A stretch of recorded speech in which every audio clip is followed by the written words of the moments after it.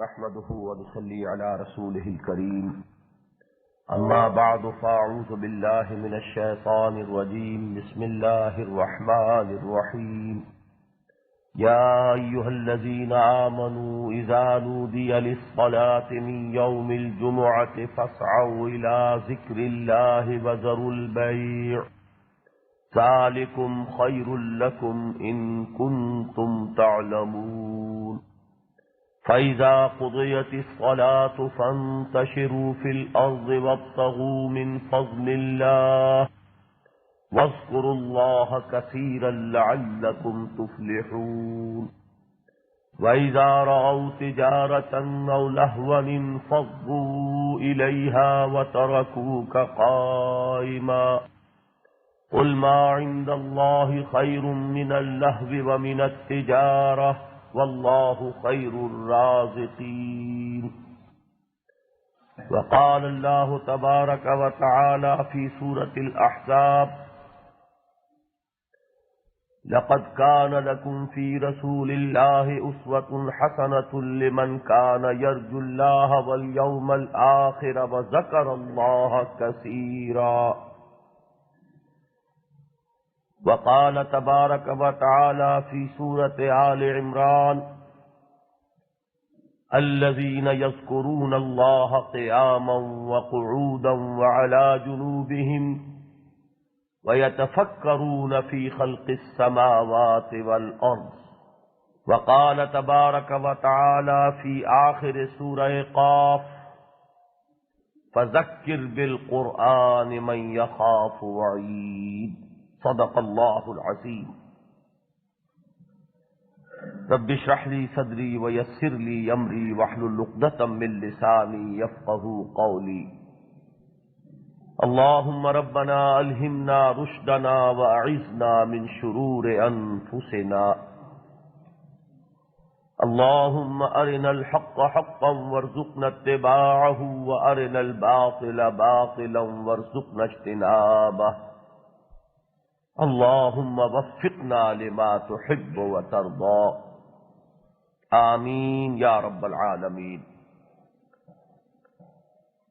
آپ کو یاد ہوگا سورہ جمعہ کی آیت نمبر 10 کے بارے میں گفتگو ہو رہی تھی، جس میں ہمیں حکم ہوا ہے وَاذْكُرُوا اللَّهَ كَثِيرًا، اللہ کا ذکر کرو کثرت کے ساتھ، اور اس کا نتیجہ یہ بتایا گیا لعلکم تفلحون، فلاح اور کامیابی کا دار و مدار اسی پر ہے۔ سورہ جمعہ کا جو دوسرا رکوع ہے بہت مختصر ہے، کل 3 آیات پر مشتمل ہے۔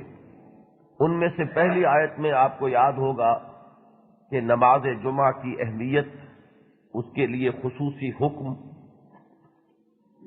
اس کے لیے کاروبار کو چھوڑ دینا، خطبے کی اہمیت، اس کے لیے ہمہ تن ہو کر متوجہ رہنا، ان سب کا ذکر تو آیا ہے پہلی آیت میں یا ایھا الذین آمنوا اذا نودی للصلاۃ من یوم الجمعۃ فاسعوا الی ذکر اللہ وذروا البیع ذالکم خیر لکم ان کنتم تعلمون۔ یہی روش اور یہی طرز عمل تمہارے حق میں بہتر ہے اگر تم سمجھو۔ دوسری آیت میں میں نے عرض کیا تھا کہ امر استحبابی ہے، اجازت دی گئی ہے، اور اس میں اصل میں تقابل ہے سابقہ امت اور سابقہ شریعت سے، کہ بنی اسرائیل میں ہفتے کا دن پورے کا پورا مخصوص تھا یاد الہی کے لیے، عبادت کے لیے۔ کاروبار دنیاوی مطلقاً حرام تھا پورے دن۔ شریعت محمدی علیہ صاحب الصلاۃ والسلام میں وہ حکم بہت مختصر ہو گیا، اذان جمعہ سے لے کر جمعے کی نماز کے ادا ہو جانے تک۔ اس کے بعد فرمایا فَإِذَا قُضِيَتِ الصَّلَاةُ فَانتَشِرُوا فِي الْأَرْضِ، جب نماز ادا ہو چکے تو پھر تمہیں اجازت ہے کہ چاہو تو منتشر ہو جاؤ، پھیل جاؤ زمین میں۔ وَابْتَغُوا مِن فَضْلِ اللَّهِ، اور اللہ کے فضل کو تلاش کرو۔ یعنی معاشی جد و جہد، رزق کے تلاش کی کوشش۔ اس پر میں گفتگو کر چکا ہوں کہ اس دنیا میں جو بھی کچھ انسان کو ملتا ہے قرآن مجید کی روح سے وہ اس کا کسب نہیں ہے بلکہ اللہ کا فضل ہے۔ لیکن اس معاشی جد و جہد میں خاص طور پر اب دوبارہ حکم دیا کہ جب تک تم نماز میں تھے، جب تک تم خطبہ سن رہے تھے، اس وقت تک تو تم ہمہ تن ہمہ وجوہ ذکر میں تھے۔ نماز بھی ذکر ہے، اقیم الصلاۃ لذکری، نماز کو قائم کرو میری یاد کے لیے۔ خطبہ بھی ذکر ہے، یستمعون الذکر، وہ حدیث کئی بار سنا چکا ہوں کہ جمعے کی حاضری درج کرنے والے جو فرشتے ہوتے ہیں مسجدوں کے دروازوں پر، جب امام خطبہ شروع کرتا ہے تو وہ اپنے رجسٹر بند کرتے ہیں، توب الصحف یستمعون الذکر، تو وہ خود اس ذکر کو سننے کی طرف متوجہ ہو جاتے ہیں۔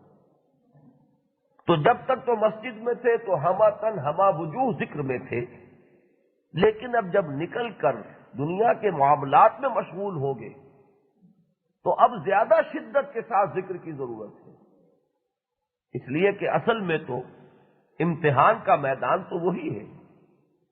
مسجد میں تو ظاہر بات ہے کہ کسی بدی کا کوئی میلان نہیں، کسی بدی کے لیے کوئی ٹیمپٹیشن، کوئی کشش والی شے نہیں، لیکن جب اس میدان میں جاؤ گے، عملی میدان زندگی کا، معاشی جد و جہد کا میدان، تو قدم قدم پر شیطان کی طرف سے تمہارے لیے اغوا ہوگا، اضلال ہوگا، گمراہ کرنے کی کوششیں ہوں گی۔ لہذا اب یہاں ضرورت ہے وَاذْكُرُوا اللَّهَ كَثِيرًا لَعَلَّكُمْ تُفْلِحُونَ، اور ذکر کرو اللہ کا کثرت کے ساتھ تاکہ تم فلاح پاؤ۔ آج میں نے اس ذکر کثیر کے لیے ایک آیت اور آپ کو سنائی، یہ سورہ احزاب کی آیت ہے، اور اس کا اب ذکر بہت ہوگا ہمارے ہاں، اس لیے کہ کل سے ربیع الاول شروع ہو جائے گا، اور یہ ہمارے ہاں موسم ہے سیرت کی تقاریر کا اور عید میلاد النبی کا، تو ظاہر بات ہے کہ جہاں بھی کوئی تقاریر ہوتی ہیں، سیرت کا بیان ہوتا ہے، تو میرا خیال ہے کہ شاید ہی کوئی تقریر ہوتی ہو کہ جس میں یہ آیہ مبارکہ جو ہے کسی نہ کسی اعتبار سے شروع میں، درمیان میں، آخر میں نہ آتی ہو، کہ لقد کان لکم فی رسول اللہ اسوۃ حسنہ، اے مسلمانوں تمہارے لیے اللہ کے رسول میں صلی اللہ علیہ وسلم ایک بہت عمدہ، بہت اعلیٰ، بہت حسین نمونہ ہے۔ لیکن عام طور پر بس آیت کا یہی ٹکڑا ہے کہ جو تقریروں میں سنایا جاتا ہے۔ اس کا جو دوسرا ٹکڑا ہے وہ بہت اہم ہے کہ اسوہ تو اپنی جگہ ہے، مکمل ہے، لیکن اس اسوے سے فائدہ اٹھانے کے لیے ایک شرط ہے۔ جیسے قرآن مجید فی نفسہ ہی تو ہدایت تامہ ہے پوری نوع انسانی کے لیے، ایک عامی انسان سے لے کر بڑے سے بڑے فلسفی اور بڑے سے بڑے حکیم اور دانا انسان کے لیے، اور آج سے 1400 برس قبل کے انسان سے لے کر تا قیام قیامت تمام انسانوں کے لیے ہدایت کاملہ ہے قرآن، ہدی للناس۔ لیکن اس کی ہدایت سے استفادے کی ایک شرط ہے تقوی، ہدی للمتقین۔ استفادہ نہیں ہوگا جب تک کہ دل میں کچھ نہ کچھ رمق موجود نہ ہو تقوی کی۔ اگر ہدایت کی طلب نہیں ہے تو ظاہر بات ہے کہ بغیر طلب کے تو وہ جو ہم کہتے ہیں کہ ماں بھی بچے کو دودھ نہیں پلاتی، تو بغیر طلب کے کوئی شے نہیں ملتی، اگر وہ طلب ہوگی تو ہدایت ملے گی، ورنہ قرآن سے ابو جہل کو کوئی فائدہ نہیں ہوا، ابو لہب کو کوئی فائدہ نہیں ہوا۔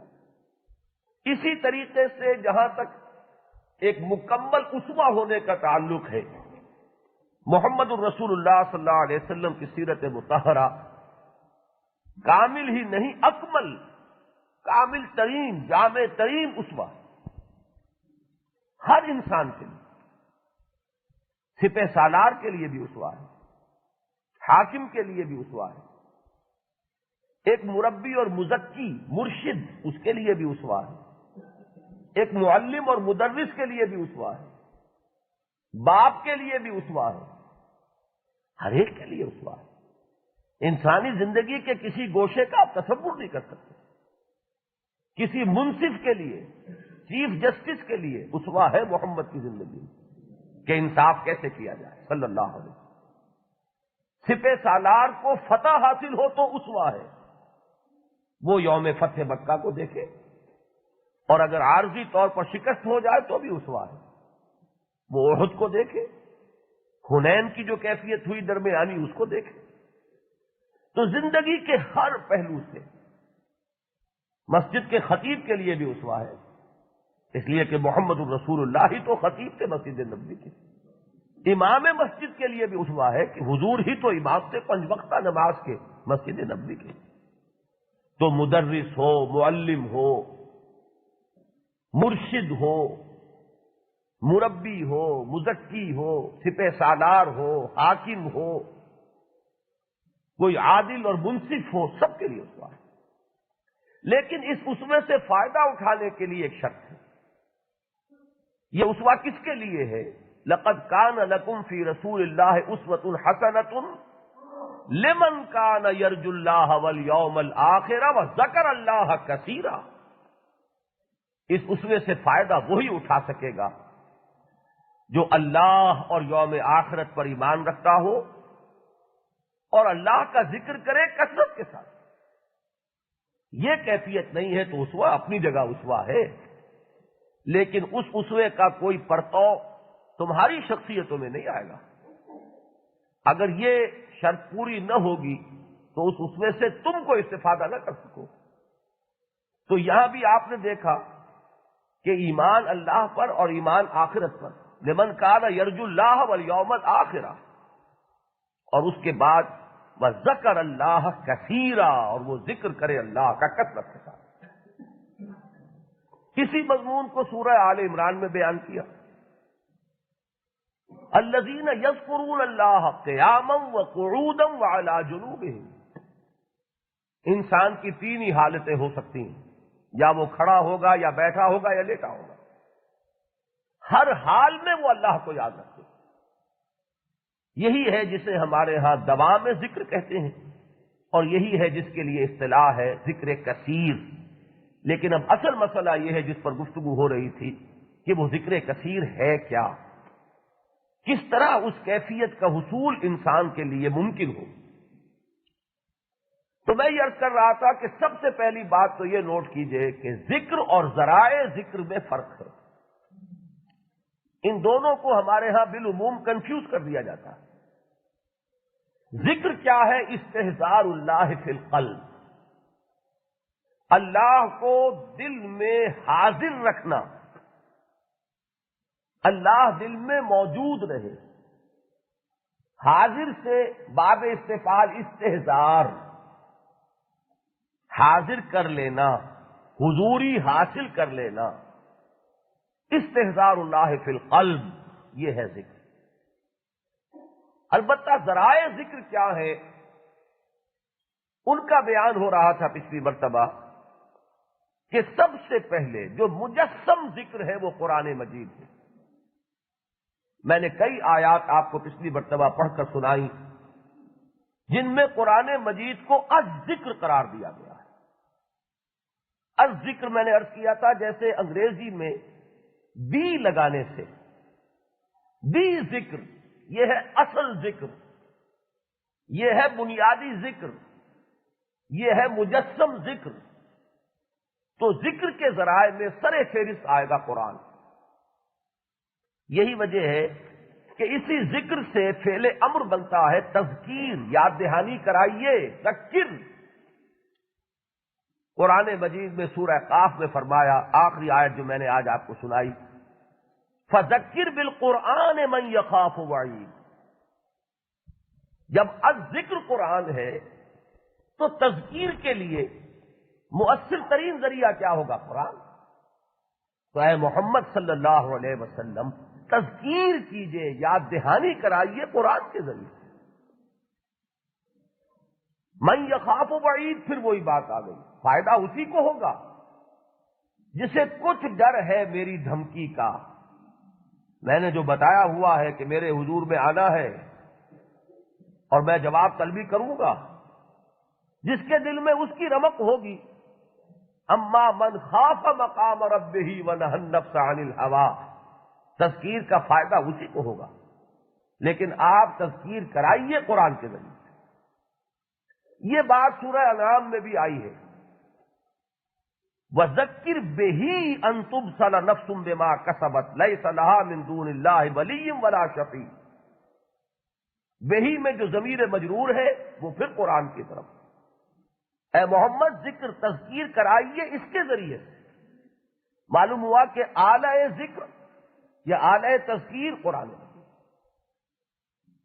البتہ یہاں تھوڑی سی وضاحت ضرور ہوگی کہ اس تذکیر بالقرآن جو ہے اس کے لیے یا تذکر بالقرآن کے ذریعے کم سے کم شرط یہ ہوگی کہ ایک انسان اتنی عربی ضرور جانتا ہو کہ جس سے قرآن مجید کا ایک مفہوم اس کے ذہن پر، اس کے قلب پر اترتا چلا جائے۔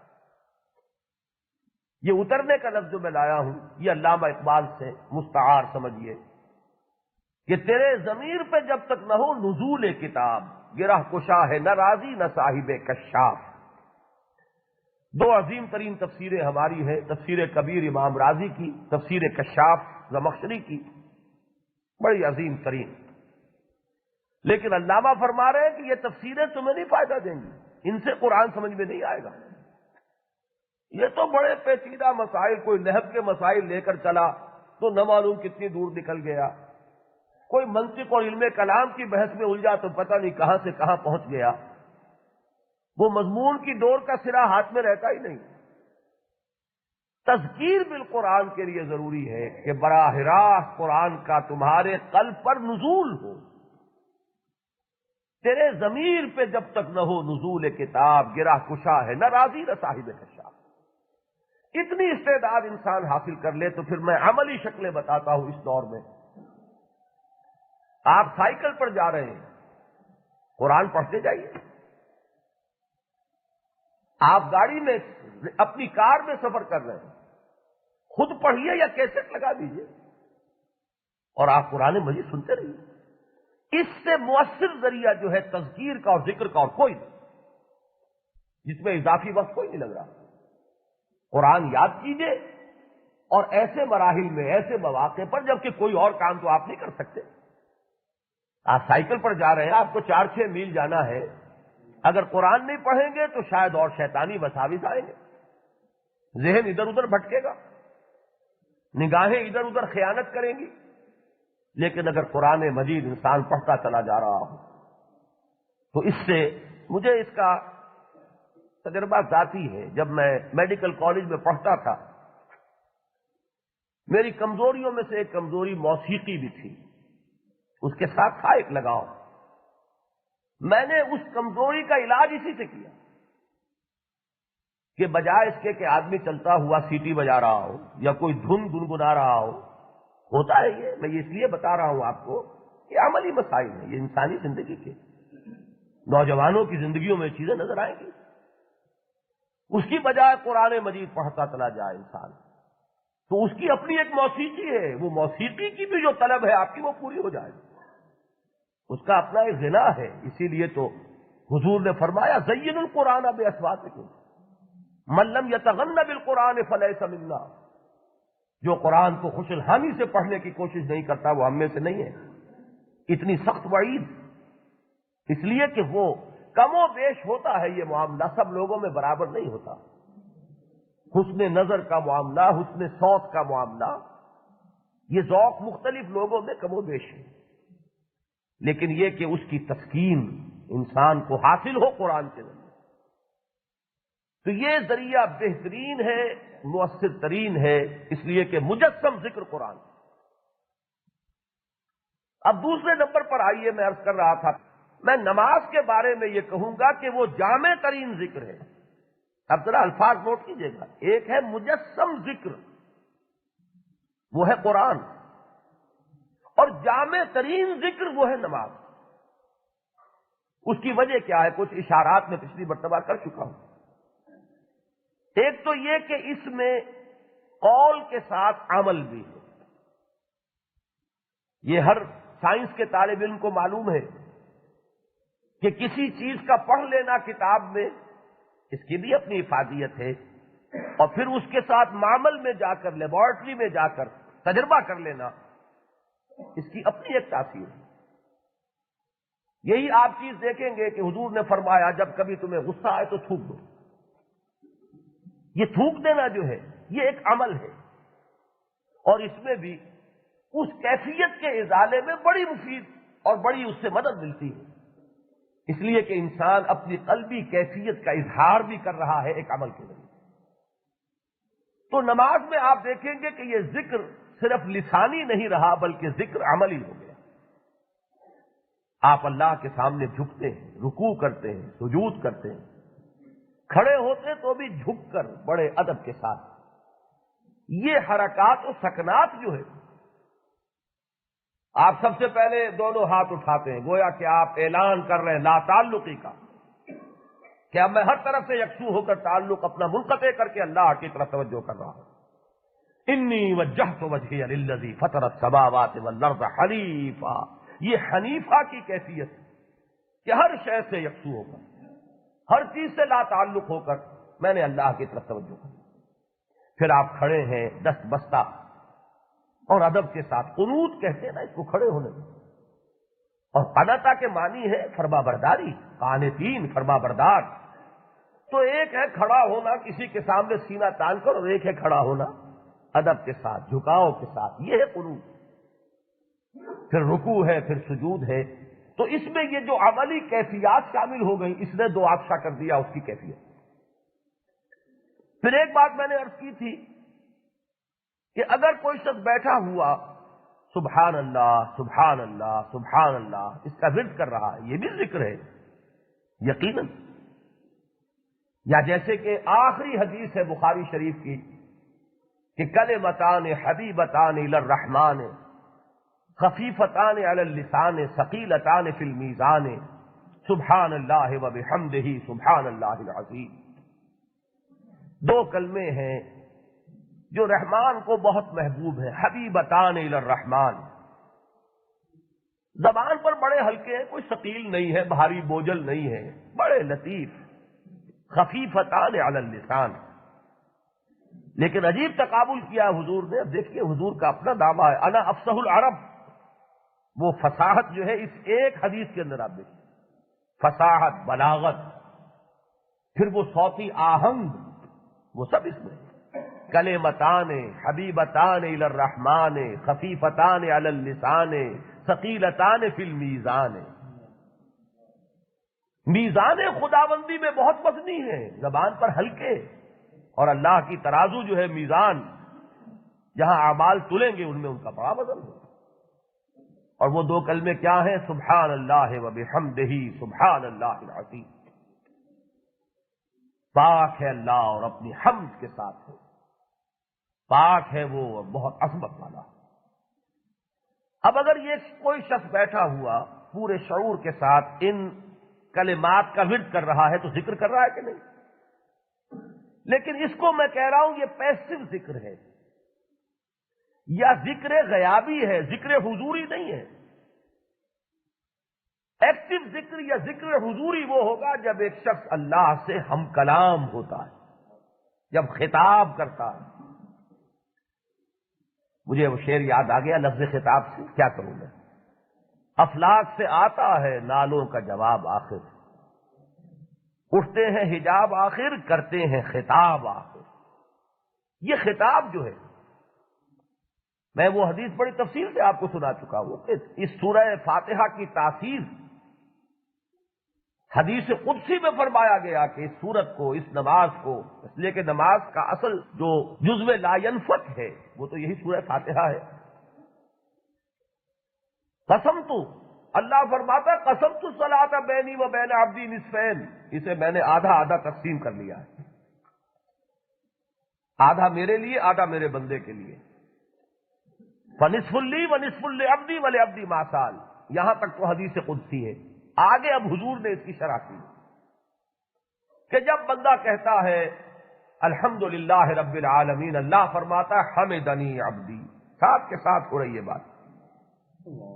بندہ کہتا ہے الرحمن الرحیم، اللہ فرماتا ہے اثنا علی عبدی. بندہ کہتا ہے مالک یوم الدین، اللہ فرماتا ہے مجدنی عبدی.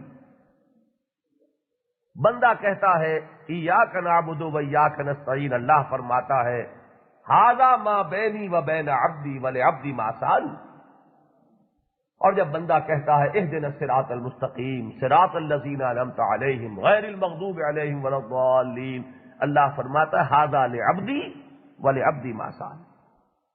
یہ ہو رہا خطاب ایاک نعبد و ایاک نستعین، پروردگار ہم تیری ہی بندگی کرتے ہیں اور کریں گے، تجھ ہی سے مدد مانگتے ہیں اور مانگیں گے. یہ خطاب ہے براہ راست. میں نے حوالہ بھی دیا تھا، یاد ہوگا علامہ اقبال کا، کہ انہوں نے جو میننگ آف پریئرز پر جو ان کا لیکچر ہے ریکنسٹرکشن میں، اس کا لب لباب یہی ہے. حضور نے فرمایا ہے کہ الدعاء مخ العبادہ، الدعاء هو العبادہ. دعا ہی تو اصل عبادت ہے، دعا ہی تو عبادت کا جوہر ہے. کیوں؟ اس لیے کہ دعا میں وہ انائے صغیر ہم کلام ہوتی ہے، روبرو ہوتی ہے انائے کبیر کے. دی بگ آئی ایم، وہ اللہ جو کہتا ہے اننی انا اللہ لا الہ الا انا. تو معلوم ہوا سب سے بڑی انا یہ تو اللہ کی ہے، وہ انائے کبیر ہے میں. اور ہمارے اندر بھی ایک انائے صغیر ہے. اس انائے کبیر کا انائے صغیر کے ساتھ روبرو آنا، یہ ہے دعا. اسی لیے تو کہا ہے حضور نے کہ الصلاۃ معراج المومنین. معراج میں کیا ہوا تھا حضور کو؟ حضوری، بارگاہ خداوندی میں حضوری. وہ کیفیت ہے جو بندہ مومن کو نماز میں حاصل ہو سکتی ہے اگر وہ نماز حقیقتاً نماز ہو. پھر اس میں ایک بات اور دیکھیے، ذکر ہونے کے اعتبار سے نماز کی جامعیت کا تصور اس سے سامنے لائیے کہ ایک تو یہ کہ نماز کا جزو اعظم سورہ فاتحہ ہے جو ام القرآن ہے. قرآن کا پورا خلاصہ تو اس میں ہے ہی ہے، قرآن کی جڑ، قرآن کی بنیاد.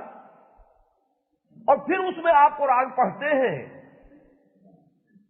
خاص طور پر نماز فجر کے بارے میں جو فرمایا اقیم الصلاۃ لدلوک الشمس الی غسق اللیل وقرآن الفجر.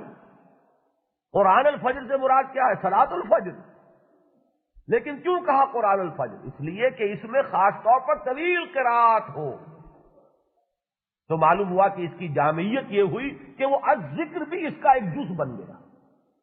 تو اس کی جامعیت کا کوئی تصور آپ کر سکتے ہیں؟ قرآن الذکر ہے اور نماز کا وہ ایک جز ہے. تو معلوم ہوا کہ جامع ترین ذکر جو ہے وہ نماز.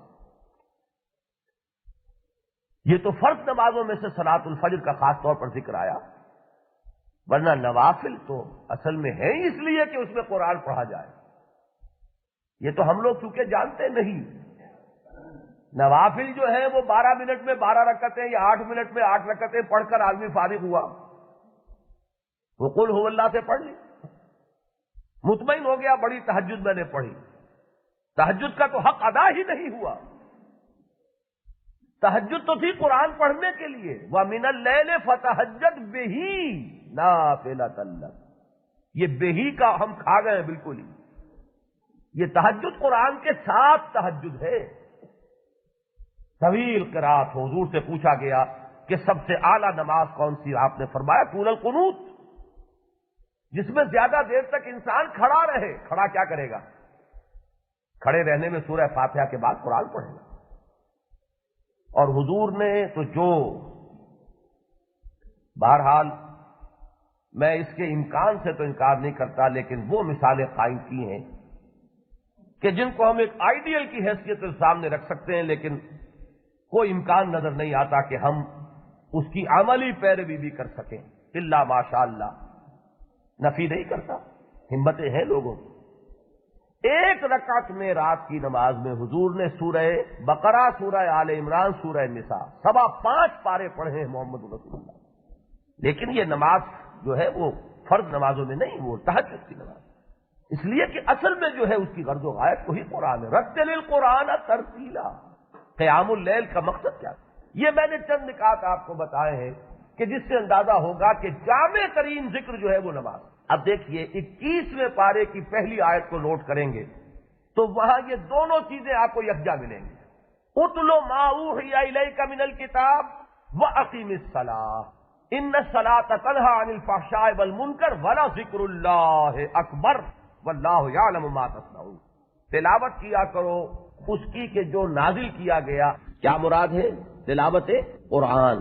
اتل ما اوحی الیک من الکتاب، من الکتاب کیوں کہا؟ ابھی پورا قرآن تو نازل نہیں ہوا نا، یہ سن 5 نبوی میں اگر آیت نازل ہو رہی ہے تو ابھی تو قرآن کا زیادہ سے زیادہ 1/6 حصہ نازل ہوا ہے، تو من الکتاب کہا۔ اتل ما اوحی الیک من الکتاب، جو کچھ وحی کیا جا چکا ہے اس کی تلاوت کرتے رہا کرو۔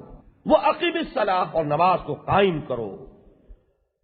ان الصلاۃ تنہی عن الفحشاء والمنکر، نماز فحش اور منکر باتوں سے روکتی۔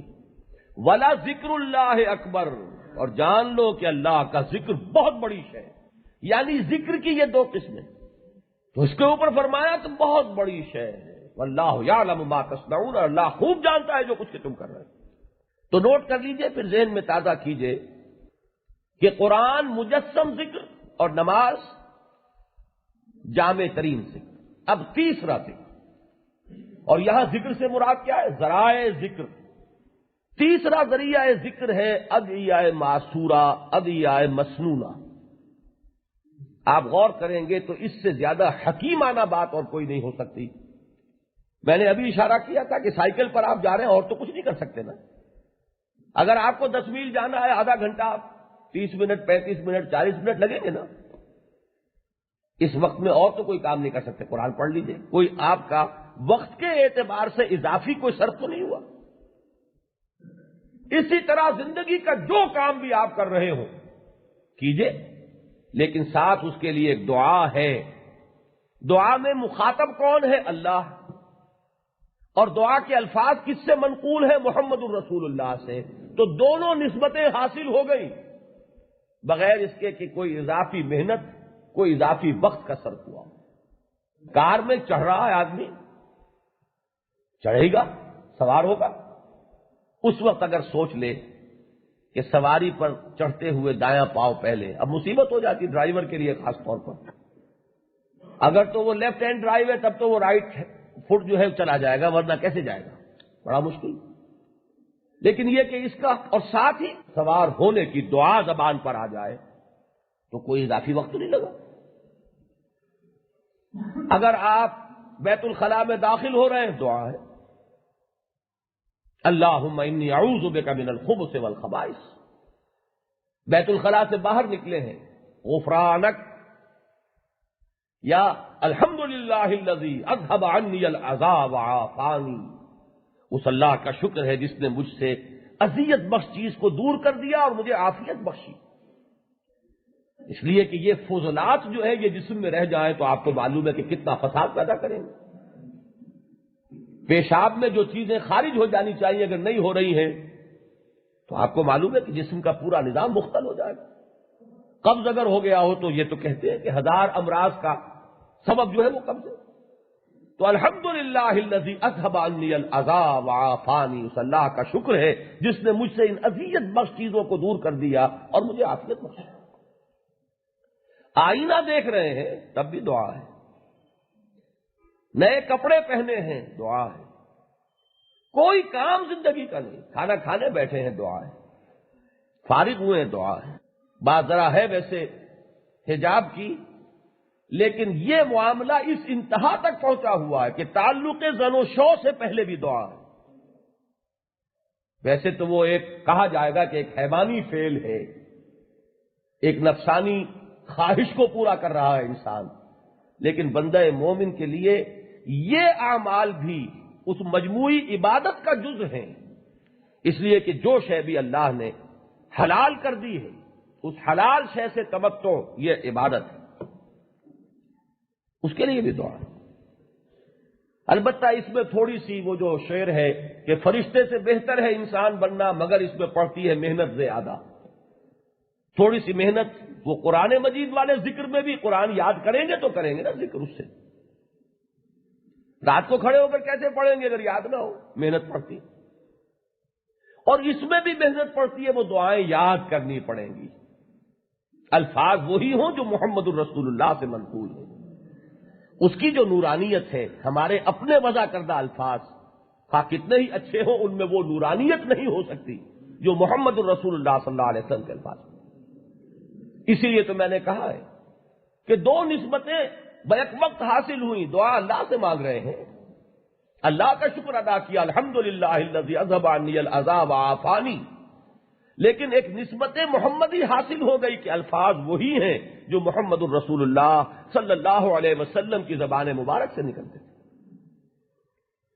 چوتھے نمبر پر ذکر کے سلسلے میں، ذرائع ذکر کے سلسلے میں، اوراد اور وظائف اور ان کے لیے خصوصی اوقات، ان میں بعض چیزیں تو وہ ہیں جو خود حضور سے منقول ہیں، رات کو سوتے ہوئے سورہ ملک پڑھنا،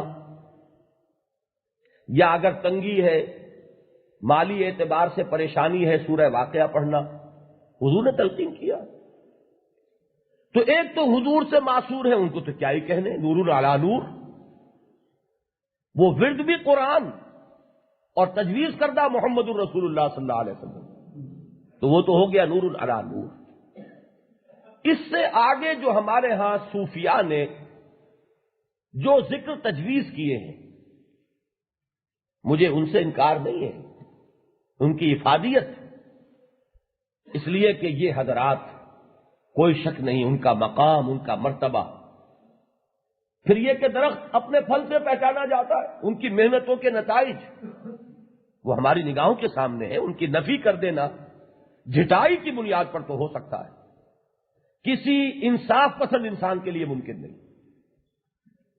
ان کے کچھ تجربات ہیں، مجربات، جیسے حکماء کے ہوتے ہیں مجربات، کہ کچھ چیزوں سے انہیں تجربہ ہے کہ اس سے فائدہ ہوتا ہے، تو ان کے مجربات کے درجے میں وہ جو ذکر ہے اس کو بھی میں تسلیم کرتا ہوں، لیکن یہ کہ چوتھے نمبر پر ترتیب اگر الٹ دیں گے تو بات غلط ہو جائے گی، پھر معاملہ تلپٹ ہو جائے گا۔ اگر سارا زور اسی پر صرف ہو گیا اور قرآن کے ساتھ ربط قلبی یا مناسبت ذہنی حاصل نہ ہوئی تو یہ معاملہ جو ہے پھر چوپٹ ہو جانے والی بات ہے۔ یا یہ کہ وہ مراقبے تو ہو رہے ہیں ان کے تجویز کردہ، قرآن یاد نہیں کرتا انسان، یا مراقبہ کر رہا ہے اور آدھا گھنٹہ مراقبہ کیا ہے لیکن ادعیہ معصورہ یاد نہیں ہو سکتی، یہ ہے وہ پیتھولوجیکل کنڈیشن، یہ صحت مند کیفیت نہیں ہے، یہ مریضانہ کیفیت ہے۔ ان چیزوں کا اپنا مقام ہے، ان کی تاثیر ہے، ان کی حیثیت، اور یہ بھی جان لیجئے کہ یہ بعد میں ہو گیا ہے معاملہ، ورنہ خود وہ نظام جبکہ ایکٹیو تھا، جیسے کہ آپ نے سنا ہوگا کہ ہمارے جو یہ بڑے بڑے صوفیاء ہیں جن کے نام آج ہم لیتے ہیں، یہ کبھی کسی کو مرید نہیں کرتے تھے جب تک کہ وہ عالم دین نہ ہو، جو علم دین ہے اس کی تحصیل کر لے پھر آئے، ورنہ یہ کہ، اور اب ہمارے ہاں مرشدین بھی وہ موجود ہیں کہ جن کو کوئی علم حاصل نہیں،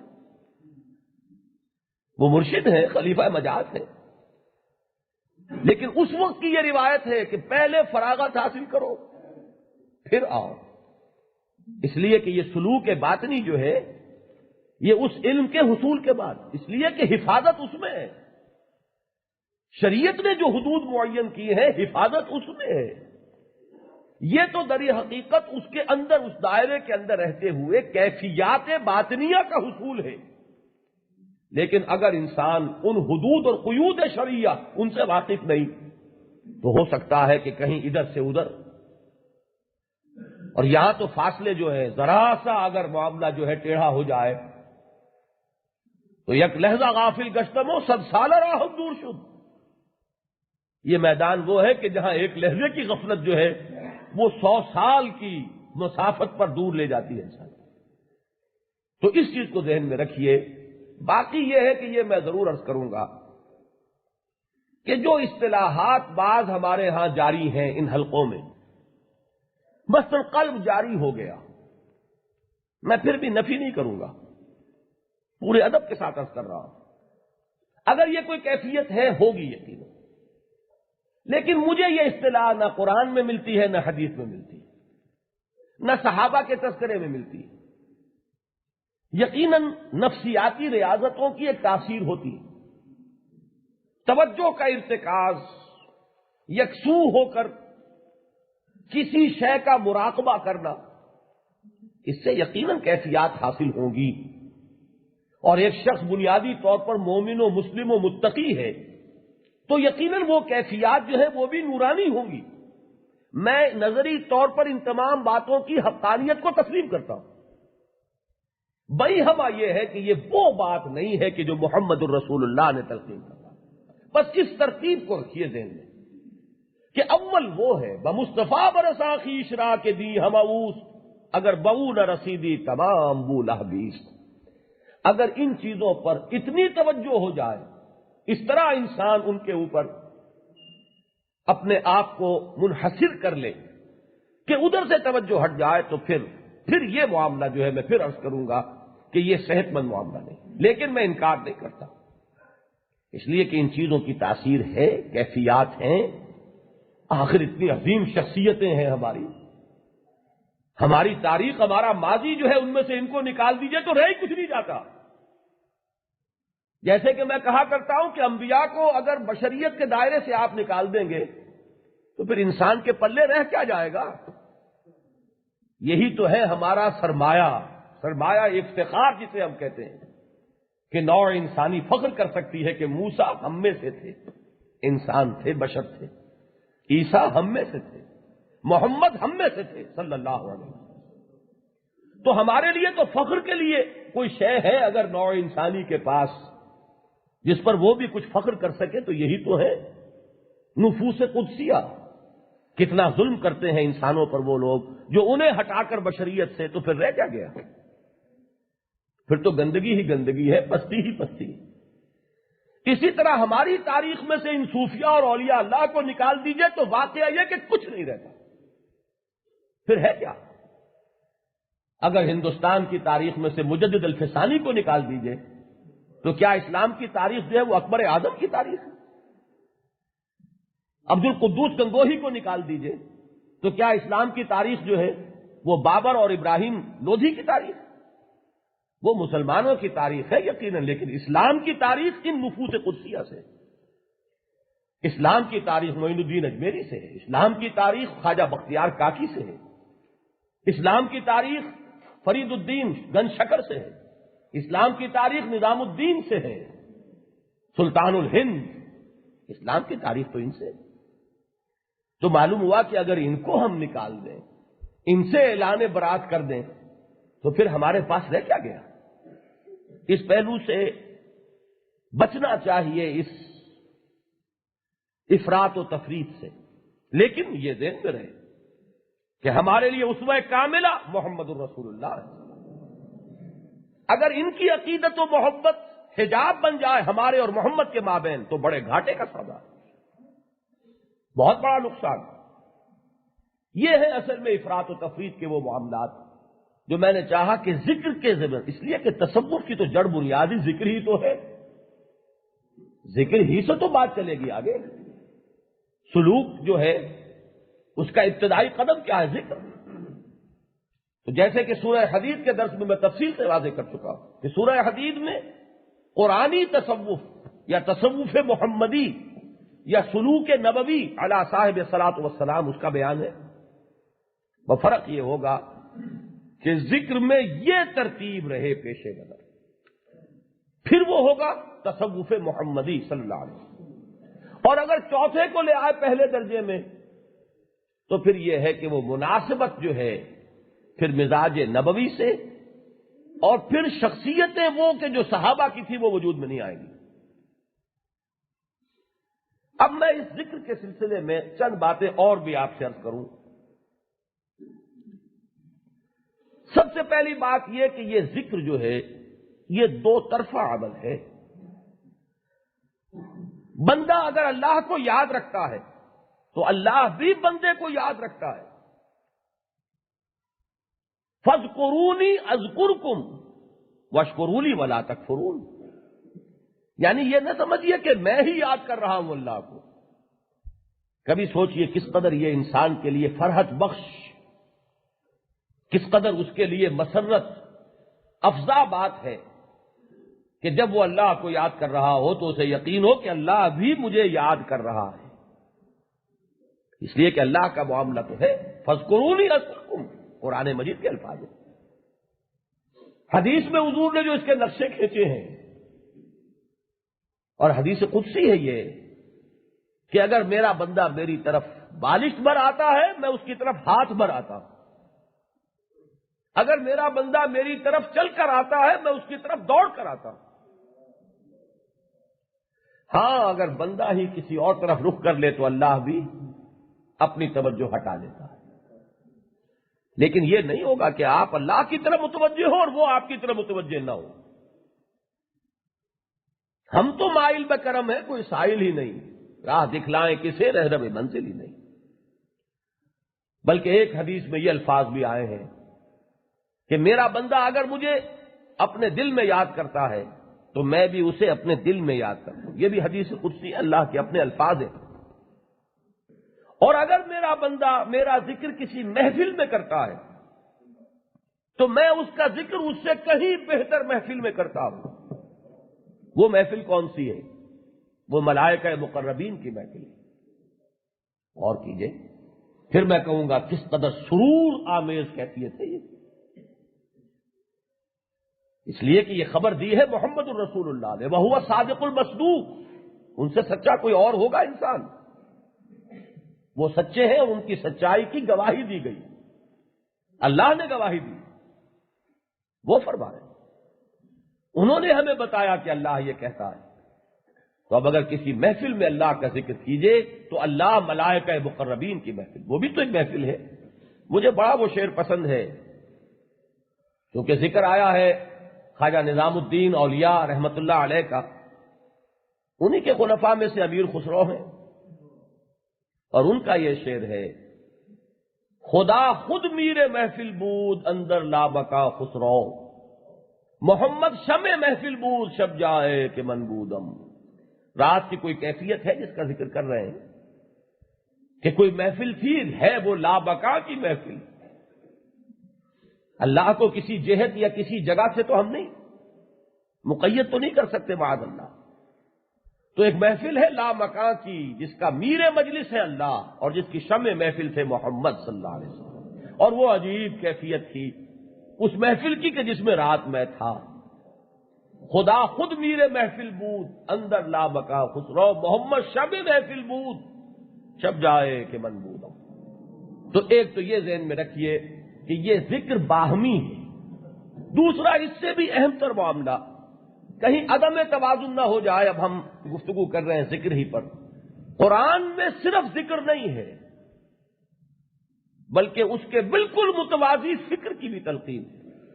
جتنی مرتبہ آیا ہوگا لعلہم یتذکرون، میں نے اس کا حساب تو نہیں کیا ہے، کبھی کر بھی لوں گا، لیکن مجھے یقین ہے کہ اتنی ہی مرتبہ لعلہم یعقلون، لعلہم یتفکرون، اتنی مرتبہ ہے. تو ذکر و فکر یہ بھی ہمارے ہاں در حقیقت جو کوتاہیاں ہوئی ہیں اور تصورات جو ہمارے بگڑے ہیں، ہمارے زوال اور اضمحلال اور ہمارے پرورشن جو ہے ہمارے تصورات کی، اس کی ایک علامت یہ بھی ہے کہ گاڑی کے یہ دو پہیے علیحدہ علیحدہ ہو گئے تو ایک پہیے پہ تو گاڑی چل ہی نہیں سکتی. جو اصحاب ذکر ہیں انہیں فکر سے کوئی تعلق نہیں رہا، اور جو اصحاب فکر ہیں وہ ذکر سے خالی ہے. بڑے مفکر، بڑے فلسفی، بڑے مصنف، لیکن ذکر کی لذت سے ناشنا. اور جو اصحاب ذکر ہیں وہ ذکر ہی میں ہمہ تن، وہ اسی میں مصروف ہے، منہمک ہے. فکر، غور، کھولا زمین دیکھ، فلک دیکھ، فضا دیکھ، یہ کام انہوں نے چھوڑ دیا دوسروں کے لیے. قرآن مجید جو بتاتا ہے وہ توازن والا معاملہ ہے. ذکر و فکر، کائنات کا مشاہدہ کرو، غور کرو، سوچو. افلا ينظرون الى الابل كيف خلقت والى السماء كيف رفعت والى الجبال كيف نصبت والى الارض كيف سطحت فذکر انما انت مذکر. غور کیا آپ نے؟ ذکر، لیکن ذکر سے پہلے دیکھو، غور کرو. کیا یہ دیکھتے نہیں اونٹ کو کہ کیسی اس کی تخلیق ہوئی؟ کیا یہ دیکھتے نہیں زمین کو کیسے بچھا دیا ہے؟ دیکھتے نہیں آسمان کو کیسے ہم نے بلند کیا ہے؟ دیکھتے نہیں پہاڑوں کو کیسے نصب کر دیے گئے؟ مشاہدہ، غور و فکر. ان السمع والبصر والفؤاد کل اولئک کان عنہ مسئول. جو آیت میں نے شروع میں پڑھی تھی وہ اس موضوع پر اہم ترین آیت ہے. سورہ آل عمران کے آخری رکوع میں الذین یذکرون اللہ قیاما وقعودا وعلی جنوبہم، ایک طرف تو دوام ذکر ہو گیا، وَيَتَفَكَّرُونَ فِي خَلْقِ السَّمَاوَاتِ وَالْأَرْضِ، اور وہ تفکر کرتے ہیں، غور و فکر کرتے ہیں، سوچ بچار کرتے ہیں آسمانوں اور زمین کے تخلیق میں. یہ دونوں چیزیں اگر نہیں ہیں تو پھر یک رخا پن آ جائے گا. گاڑی کا ایک پہیہ ہوگا، گاڑی چلے گی نہیں. ایک پہیے پر تو گھوم سکتی ہے، آگے بڑھ نہیں سکتی. یہ ہے وہ بات جو مولانا روم نے اور مولانا روم کے ایک مرشد ہندی علامہ اقبال نے کہی. مولانا روم فرماتے ہیں کہ یہ قدر گفتیم باقی فکر کن. اتنا کچھ تو ہم نے تمہیں بتا دیا، اب جا کر خود بھی اپنے عقل سے بھی کام لو، کچھ فکر کرو. فکر اگر جامد بود رو ذکر کن، اور فکر میں اگر تم محسوس کرو کہ جمود ہے، چلتی نہیں گاڑی آگے، غور و فکر جو ہے کہیں آ کر رک گیا ہے، تو پھر جاؤ ذکر کرو. ذکر آرد فکر را در احتزاز، ذکر را خورشید این افسردہ ساز. فکر کو صحیح رخ پر حرکت دینے والی شے ذکر ہے. ذکر ہی در حقیقت خورشید کے مانند ہے اس فکر کے لیے. ہر چیز کے اوپر اداسی طاری ہوتی ہے کہ نہیں؟ رات کو سورج آتا ہے تو ہر شے میں تازگی، حرکت. تو ذکر اور فکر کی یہ ہم آہنگی، ان دونوں میں یہ ربط و تعلق اس سے بھی زیادہ خوبصورت انداز میں اقبال نے جمع کیا ہے. جزب قرآن غیغمی روباہی است، فقر قرآن اصل شاہنشاہیت. اب دیکھیے فقر کا لفظ اقبال نے استعمال کیا ہے. یہی تصوف کی اصطلاح ہے، فقیری، فقر. فقر قرآن ایک وہ فقر ہے جو ہمارے ہاں رائج ہو گیا. اس کے اثرات مسلم، اس کے فوائد اپنی جگہ، اس کے کرنے والے، اس کو مرتب کرنے والے، ان کی عظمت مسلم. لیکن فوق کل ذی علم علیم، ہر ایک صاحب علم کے اوپر کوئی اور صاحب علم ہے، اور ان سب پر سب سے بڑا صاحب علم ہے محمد صلی اللہ علیہ وسلم. انہوں نے فقر قرآن، یہ الفاظ حضور کے ہیں کہ نہیں، الفقر و فخری، فقر ہی میرا فخر ہے. کوئی شخص دولت پر فخر کرتا ہے، کوئی اقتدار پر، وجاہت پر فخر کرتا ہے، الفقر و فخری. لیکن وہ فقر محمدی کون سا ہے؟ فقر قرآن، فقر محمدی ایک ہی ہے. جزب قرآن زیغمی روباہی است. قرآن کے بغیر شیری بھی کرو گے تو وہ بھی لومڑی پن بن جائے گا. فقر قرآن اصل شاہنشاہی است. اصل بادشاہی جو ہے وہ فقر قرآن سے حاصل ہوتی ہے. اور فقر قرآن، اب سوالیہ نشان ہے یہاں، فقر قرآن کچھ سمجھے ہو؟ جیسے قرآن میں آتا ہے وما ادراک ما القاریہ، جانتے ہو؟ فقر قرآن اختلاط ذکر و فکر، یہ ذکر اور فکر کے مجموعے سے، اختلاط سے وجود میں آتا ہے. فکر را کامل نہ دیدم جز بے ذکر، فکر کامل ہو ہی نہیں سکتا جب تک کہ اس کے ساتھ ذکر شامل نہ ہو. ذرا سی کجی آئے گی اور کہاں سے کہاں انسان پہنچ جائے گا. خشت اول چون حد میں مار کج تا سریا می ربت دیوار کج.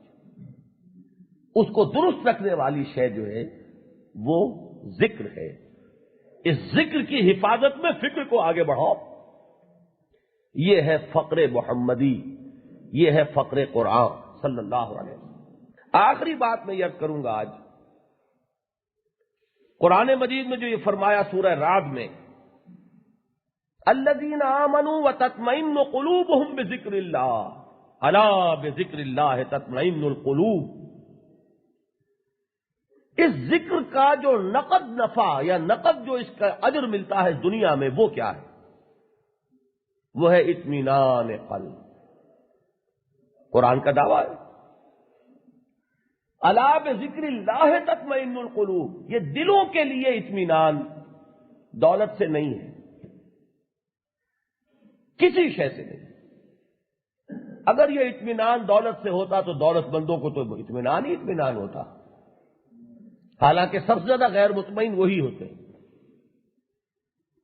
ایک مزدور شاید کوئی لمحات اطمینان کے بھی پالے، انہیں نہیں ملتے۔ تو معلوم ہوا کہ دولت سے، کسی شے سے، یہ حسرتیں تو رہتی ہیں لوگوں میں جنہوں نے ان چیزوں کو برتا نہ ہو، استعمال نہ کیا ہو۔ جیسے ہمارے ہاں بڑی حسرت ہے، اسٹینڈرڈ آف لیونگ اونچا ہونا چاہیے، ویلفیئر اسٹیٹ قائم ہونی چاہیے، بس یہی تو ہے نا ہمارا۔ لیکن جو لوگ پہنچ چکے ہیں اس اسٹینڈرڈ آف لیونگ کو، اس سے آگے گزر گئے، ان سے پوچھئے اطمینان قلب نصیب ہوا؟ کہیں آس پاس بھی نہیں۔ دماغی امراض سب سے زیادہ آپ کو امریکہ میں ملیں گے۔ کیوں ہے یہ؟ اس لیے کہ الا بذکر اللہ تطمئن القلوب، دلوں کے لیے اطمینان جو ہے وہ صرف ذکر اللہ سے۔ وجہ کیا ہے اس کو سمجھیے، آج اس سے ماہیت ذکر سمجھ میں آئے گی۔ ہے کیا ذکر؟ حقیقت کیا ہے اس کی؟ ماہیت کیا ہے؟ دیکھیے ہمارے اندر جو شے وہ ہے جس نے ہمیں انسان بنایا ہے، مسجود ملائک بنایا ہے، وہ ہے روح۔ اور وہ روح کیا ہے؟ یسألونک عن الروح قل الروح من امر ربی، اس کی نسبت اللہ نے خاص اپنی ذات کی طرف کی ہے۔ وَنَفَخْتُ فِيهِ مِن رُوحِي، اس روح کا مسکن ہے یہ قلب، اس روح پر بے چینی طاری رہتی ہے، اس کے لیے سکون نہیں ہے۔ وہ جو یہاں آئی ہے اس عالم رنگ و بو میں، اس عالم آب و خاک میں جو وہ روح آئی ہے، اس کے لیے کسی شے میں اطمینان نہیں ہے۔ مولانا روم نے جو مثنوی لکھی ہے، جس کے بارے میں کہا کہ مثنوی مولوی معنوی ہست قرآن در زبان پہلوی، پہلا شعر اس کا یہی ہے، بشنو از نئے چوں حکایت میں کند بس جدائی ہا شکایت میں کند۔ یہ روح جو ہے یہ امر ربی ہے، اور اپنے اس مرکز سے منقطع ہونے کے باعث اس میں اضطراب ہے۔ مچھلی کو نکال دیجئے پانی سے، تڑپے گی کہ نہیں؟ اس کے لیے پانی میں ڈال دیجئے کہ اس کے لیے اطمینان۔ اس روح کے لیے اطمینان اگر ہے تو وہ صرف ذکر رب سے، اس لیے کہ اسے اب اصل مرکز، اصل منبع، اصل سرچشمے کے ساتھ ایک رابطہ قائم ہوتا ہے، پھر اسے وہ تسکین ہوتی ہے۔ مجھے ایک شعر یاد آیا ہے، اگرچہ اتنا گہرا تعلق تو نہیں ہے، لیکن جگر کے بڑے اعلیٰ شعروں میں سے یہ شعر ہے، جان ہی دے دی جگر نے آج پائے یار پر، عمر بھر کی بے قراری کو قرار آ ہی گیا۔ یہ روح جو ہے وہ انائے صغیر متوجہ ہوتی ہے جب انائے کبیر کی طرف، اس میں اس کے لیے سکون ہے اور اطمینان ہے، اور اسی کے لیے یہ سارے ذرائع ذکر ہیں کہ جن پر ہم نے تفصیل سے گفتگو کی۔ اللہ تعالی ہمیں اس ذکر کی حلاوت اور لذت سے آشنا کرے، اور اللہ تعالی ہمیں دوام ذکر کی توفیق عطا فرمائے۔ اقول قولی ھذا واستغفر اللہ لی ولکم ولسائر المسلمین والمسلمات۔